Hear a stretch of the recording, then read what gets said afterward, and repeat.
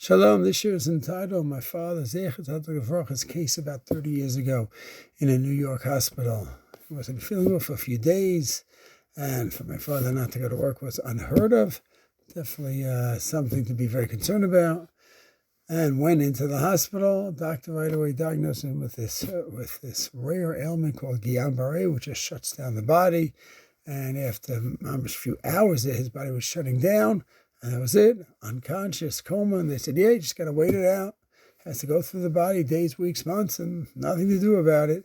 And someone was there, a friend of the family, who was a doctor, and said, no, there's no MRI. It doesn't have the right signs of guillain barre. As a matter of fact, he is a pediatrician. He just dealt with a patient of his who had a certain reflex that they should have had, and my father didn't have it on his toes, and said no.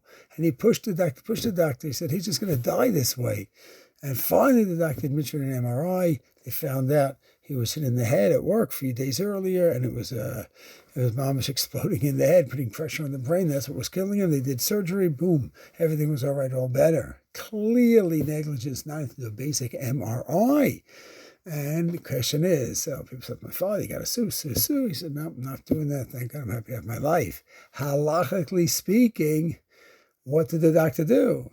He was shev al tase. He was passive. And we learned in the previous year that, yes, when you're passive, not so easy to go ahead and charge someone for not doing something. But when it's a doctor at a hospital or a kupah, Halacha ani somech, there is a deal between us where you are going to do everything. You're going to be proactive and do everything to go ahead and take care of the patient, take care of me, take care of my father, whatever it may be.